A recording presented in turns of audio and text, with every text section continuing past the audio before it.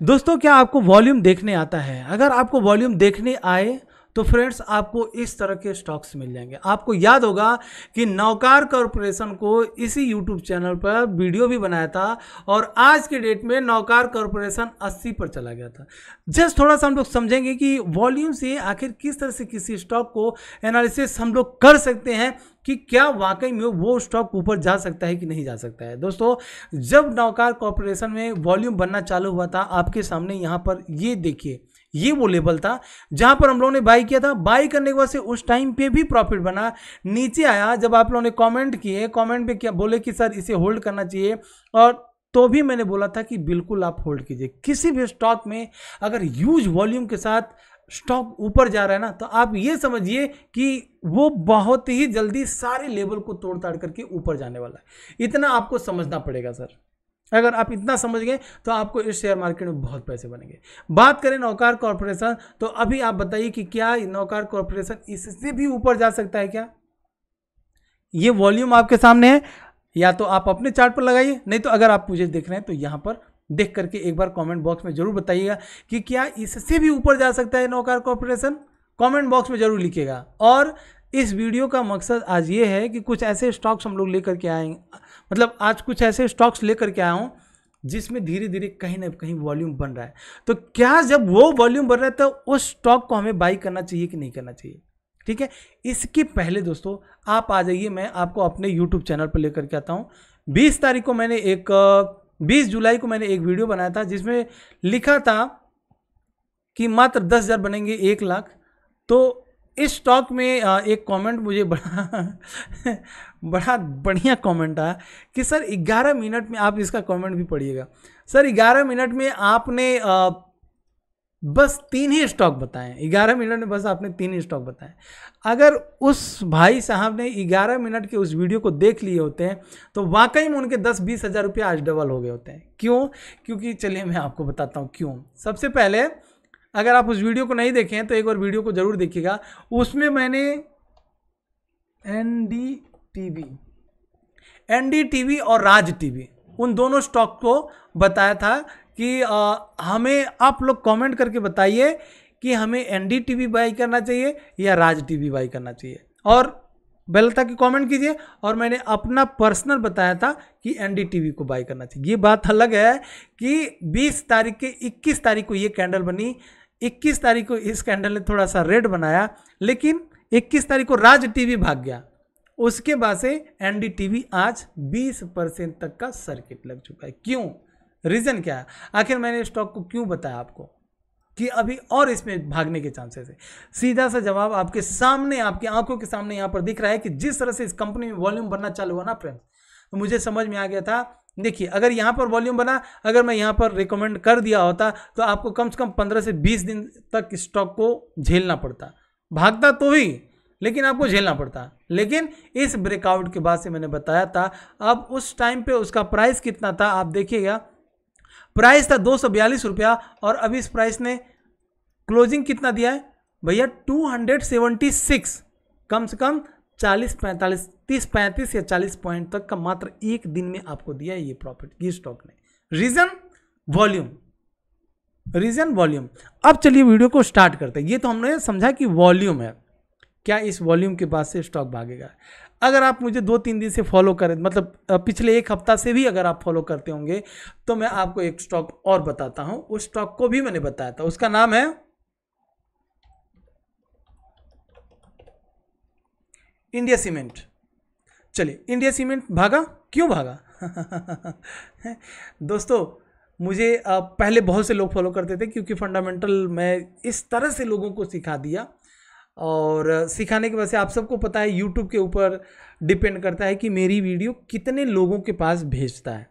अगर जितने लोगों के पास भेजेगा उतने लोग मुझे देखेंगे। मान लीजिए 10,000 लोगों के पास भेजा तो 10,000 तो नहीं, लेकिन 4-5 हज़ार तो लोग देख सकते हैं। अब आप ये कहोगे कि मेरे पास तो 70-75 हज़ार तक सब्सक्राइबर हैं। जी हाँ दोस्तों, यूट्यूब की यही तो खासियत है, आपके पास सब्सक्राइबर भले हो, लेकिन उस सब्सक्राइबर के पास भी आपकी वीडियो नहीं भेजता है। है ना? ऐसा नहीं है कि मेरे पास इतने सब्सक्राइबर है तो इतने व्यूज होने चाहिए। नहीं भेजा, चलो ठीक है, हमें 1200-1500 लोगों ने देखा, लेकिन उन लोगों ने पैसे कमाए ना, अब जो लोग फॉलो करेंगे वो लोग पैसा, अब हम लोग दिन भर ऑनलाइन रहते हैं, लाइव रहते हैं, तो अगर आपको लाइव आना है, डिस्क्रिप्शन बॉक्स में यूट्यूब जो जिस चैनल पे लाइव आता हूँ वो अलग है, उसका नाम है स्टॉक बॉम्ब मल्टीबैगर। आप उसमें अगर आप निफ्टी में ट्रेड करते हैं, बैंक निफ्टी में ट्रेड करते हैं, इंट्राडे में ट्रेड करते हैं, ऑप्शन में ट्रेड करते हैं, फ्यूचर में ट्रेड करते हैं, कैश में करते हैं, शॉर्ट टर्म में करते हैं, लॉन्ग टर्म में करते हैं, या आपके पास कोई ऐसा स्टॉक है जो फंसा हुआ है, सपोर्ट कहाँ पर होगा, रेजिस्टेंस कहाँ पर होगा, वॉल्यूम क्या है, उसका फंडामेंटल क्या है, आप बिल्कुल लाइव पर आइए, कॉमेंट कीजिए, हम वहाँ पर उस स्टॉक को बताने के लिए एकदम हमारी टीम और मैं एकदम तैयार रहते हैं सर। तो ये हो गया इंडिया सीमेंट। क्या इंडिया सीमेंट और जाएगा? आप बताइए। अभी तो निकला है, दमानी जी इस स्टॉक में बैठे हुए हैं। आपको क्या लगता है मजाक है ये स्टॉक? हो सकता है शॉर्ट टर्म में 2-4 दिन में, 1 हफ्ते में आपको ऊपर नीचे कर दे, लेकिन जिस दिन ये भागेगा ना, अभी तो आज इतना भागा है, अभी तो इसकी अभी तो इसमें भागना बाकी है मेरे दोस्त। पिक्चर अभी तो ये ट्रेलर चल रहा है, अभी ये पिक्चर बाकी है। इंडिया सीमेंट का फंडामेंटल पढ़िएगा जरूर, और मुझे ऐसा लगता है कि ये आगे आने वाले दिनों में अभी कम से कम 200-250 तक भी जा सकता है। तो इंडिया सीमेंट को रखिएगा एकदम रडार पर।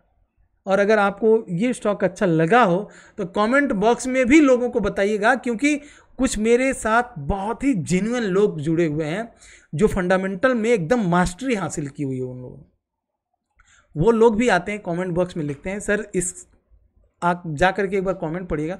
उन लोगों ने भी लिखा था कि एनडीटीवी बाई करना चाहिए। एनडीटीवी जिन लोगों ने भी बाई किया, आज एक दिन में 20% तक का सर्किट लगा। तो ऐसे ऐसे लोग जुड़े हैं। आप ये मत समझिए कि हम ऐसे ही बोल दे रहे हैं, हमारे बोलने के पीछे भी बहुत सारे रीजन है। हम इंडिया सीमेंट को ऐसे ही नहीं बोल रहे हैं। हमने एनडीटीवी को, मैंने बोला था ना स्टार्टिंग में ही कि आप मुझे मेरे दिए हुए स्टॉक को बाई कीजिए या मत कीजिए, क्योंकि हमारे पास इतने अनगिनत पैसे तो नहीं है कि हम हर स्टॉक को बाई करते चले। हम तो उसी स्टॉक को बाई करेंगे जो फंडामेंटल स्ट्रांग हो, जाने के चांसेस हो, हमारे पास कुछ फंड हो। और अब एनडीटीवी से अगर आपने किसी ने भी प्रॉफिट बुक किया हुआ है, सपोज एनडीटीवी अभी और जाएगी, क्यों? वॉल्यूम उसका चेक कीजिएगा। अब इंडिया सीमेंट यहाँ पर अच्छा लेवल पर है। अब इसके बाद से मैं आपको एक और स्टॉक लेकर के आता हूं, उसका नाम है